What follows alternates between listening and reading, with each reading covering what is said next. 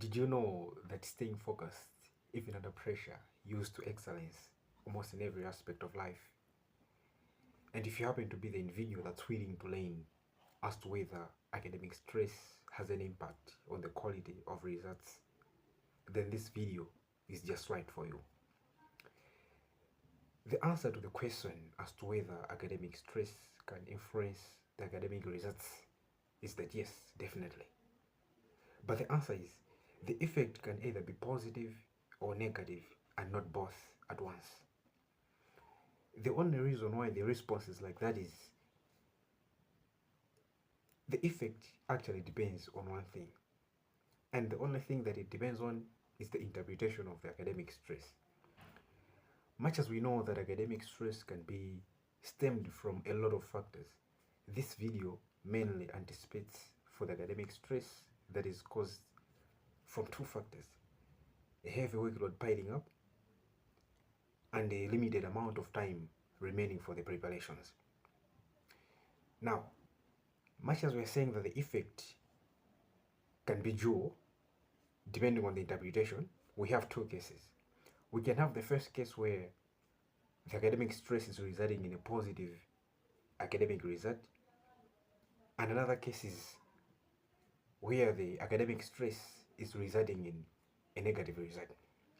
So, if in the first case the interpretation of the academic stress is that there's something great expected of you, then definitely you are going to set up the strategies that are going to work best for you in order to achieve that which is expected of you. That's the first case. And definitely from there, we're going to have the positive result. But if the interpretation is, oh, this is trouble beyond repair, then definitely that results from strain which is caused to the mind. And it is from this strain that we have the inability to make the correct decisions, the inability to implement the correct decisions, and definitely what may result may be the opposite of positive results.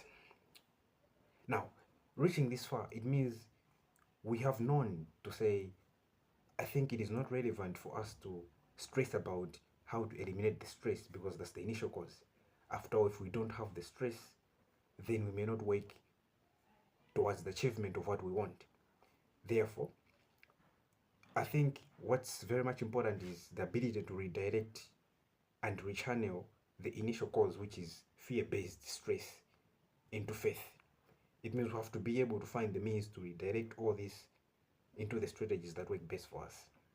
That's why this video explains of the 5 tips which we can use to turn the academic stress into the academic results which are positive for us. So the first thing is the correct interpretation, because we said it is the interpretation that matters. So the first thing is we have to be able to know the correct interpretation of the situation that we are in. If the correct interpretation is to be that the academic stress is there as a signal that there's something great that is expected of you, something great that is expected of me, that's the first step, regardless of what that expectation can be. But the first thing is just to identify that this is just a signal that there's something great expected of me. The second thing is now identifying what that thing expected of you is. For example, if it was in a business setup, then you'd know that perhaps this is a signal that I think I need to maximize the profits.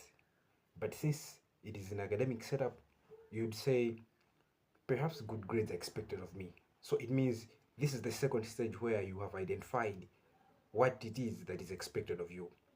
The third thing definitely is now knowing the strategies towards the achievement of what you've identified, because you've identified that this is something which is expected of me, the good grades expected of me, then definitely you know the strategies to use. And this is the crucial stage which now involves the employment of the strategies which work best for you. If it is the studying techniques which are best tailored for you, which differ from student to student, from individual to individual based on other factors. For example, if it is waking up, staying up the whole night to study, then you know what is needed to be done. And if it is also knowing that you wake up very early in the morning and study in the day using the techniques that you use, then you employ the strategy. The fourth thing is Now, something which is also very crucial, because we know that in the third step, we're able to identify the strategies which we can use. But now, our compliance to the strategies which we set up is something that also matters a lot. So it means this fourth stage is now the consistency which we have and the discipline which we use to stick to the strategies that we made. For instance, we can be able to write down the outline of the activities to be done in a day with corresponding times. A very good example can be the timetables that we usually set up. It becomes very hard even for us to comply to the timetables that we generated by our own selves. So it means in this case, we have to make sure that we stick to the plan, to the outline that we made. If it is studying at particular times, we have to make sure that we comply to that. So it means over time, the strategies become reinforced. The fifth stage, which is the last one, is now where we evaluate the effectiveness of the strategy or the strategies that we used. And this is definitely done over time. We know it was being said even that Rome was not built in a day. That is why it means after a certain period of time, when we get the results, that's when we're able to judge to say, I think the strategy was either effective or not effective. And if it was not effective, then we find ways to amend it. And if it was effective, we know that it is right, something which we can comply to, something which we can stick to. So the main idea is about academic stress, when correctly interpreted, can contribute to positive results in academic setup, just in a very manner that this video has explained. Thank you very much.